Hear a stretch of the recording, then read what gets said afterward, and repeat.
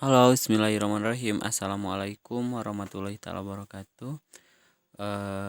Untuk video ini saya akan membahas materi PPKN kelas 7 kurikulum 2013 bab 1 di mana bagian A perumusan Pancasila sebagai dasar negara.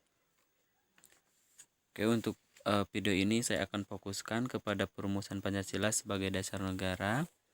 Sejarah mencatat kekalahan Belanda oleh Jepang dalam Perang Asia Timur Raya menyebabkan bangsa Indonesia dijajah oleh Jepang. Ibarat pepatah, lepas dari mulut harimau masuk ke mulut buaya. Tepat kiranya untuk menggambarkan bagaimana kondisi penderitaan bangsa kita saat itu.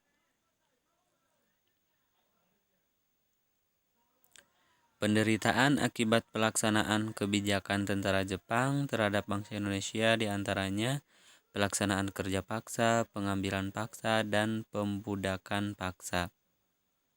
Jepang mulai menguasai wilayah Indonesia setelah Belanda menyerah di Kalijati, Subang, Jawa Barat pada tanggal 8 Maret 1942.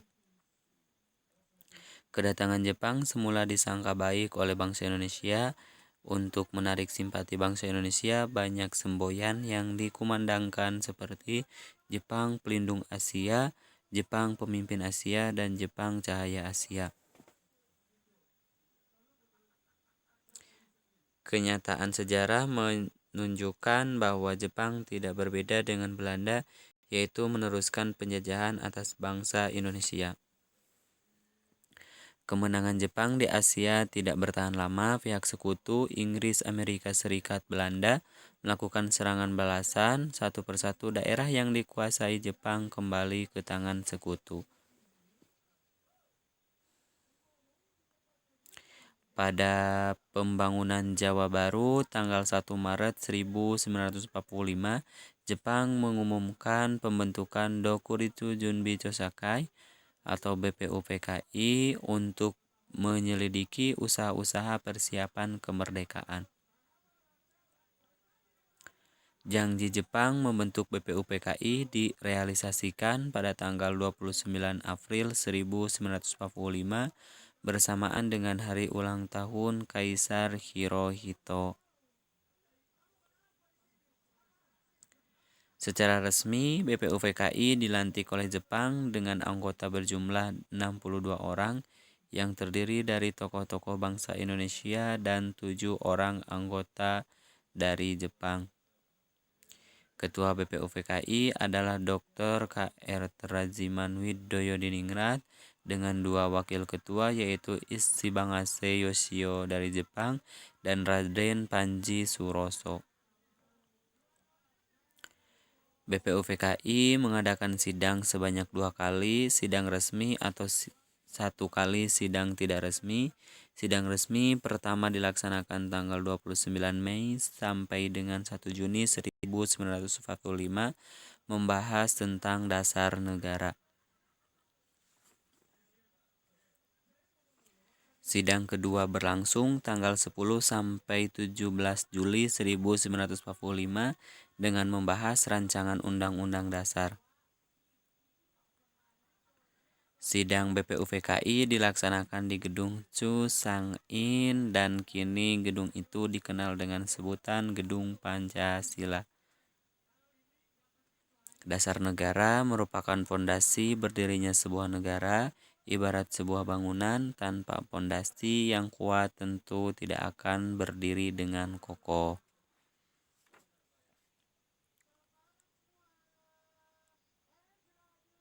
Usulan mengenai dasar Indonesia merdeka dalam sidang pertama BPUPKI secara berurutan dikemukakan oleh Muhammad Yamin, Supomo, dan Insinyur Soekarno.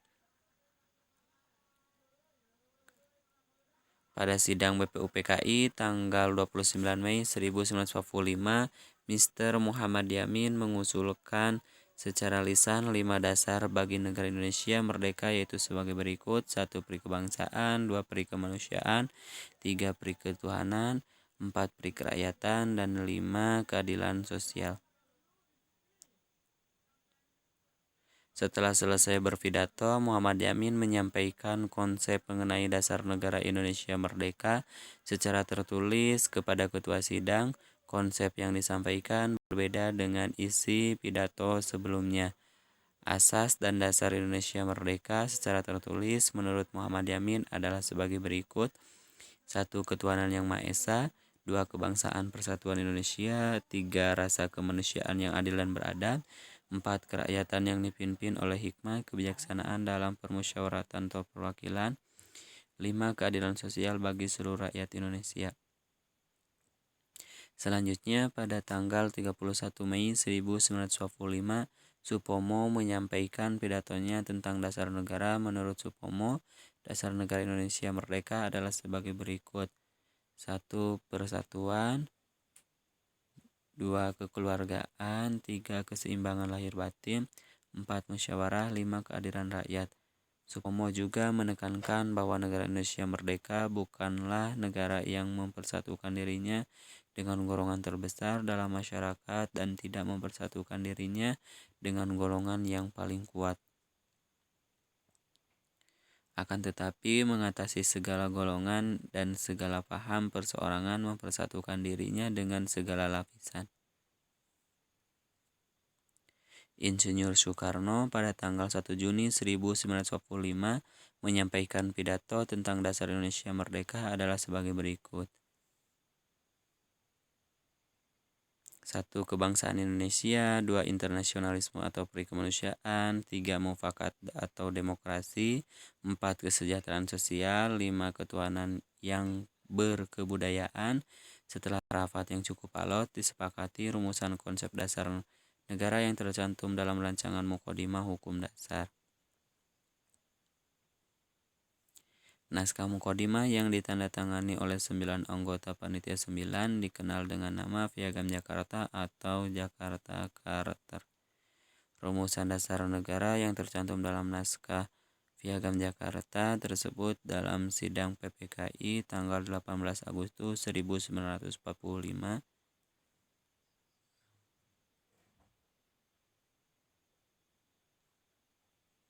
Latar belakang perubahan sila pertama menurut Muhammad Hatta bermula dari datangnya Opsir Kaigum, Angkatan Laut Jepang. Mereka memberitahukan bahwa wakil-wakil Protestan dan Katolik dari wilayah yang dikuasai oleh Angkatan Laut Jepang merasa keberatan dengan kalimat rumusan dasar negara dalam naskah Piagam Jakarta. Kalimat yang dimaksud adalah ketuhanan dengan kewajiban menjalankan syariat Islam bagi pemeluk-pemeluknya. Sebelum sidang PPKI dimulai, Muhammad Hatta mengajak Ki Bagus Hadikusumo, Kiai Haji Wahid Hasyim, Mr. Kasman Singodimejo, dan Mr. Teguh Muhammad Hasan mengadakan rapat pendahuluan. Supaya tidak terpecah sebagai suatu bangsa, tokoh pendiri bangsa yang bermusyawarah telah mufakat untuk menghilangkan bagian kalimat tersebut dan menggantinya dengan rumusan ketuhanan yang Maha Esa. Dengan demikian, rumusan dasar negara yang tercantum dalam pembukaan Undang-Undang 1945 yang ditetapkan oleh PPKI tanggal 18 Agustus 1945 adalah sebagai berikut. 1. Ketuhanan yang Maha Esa. 2. Kemanusiaan yang adil dan beradab. 3. Persatuan Indonesia. 4. Kerakyatan yang dipimpin oleh hikmat kebijaksanaan dalam permusyawaratan atau perwakilan. 5. Keadilan sosial bagi seluruh rakyat Indonesia. Sekian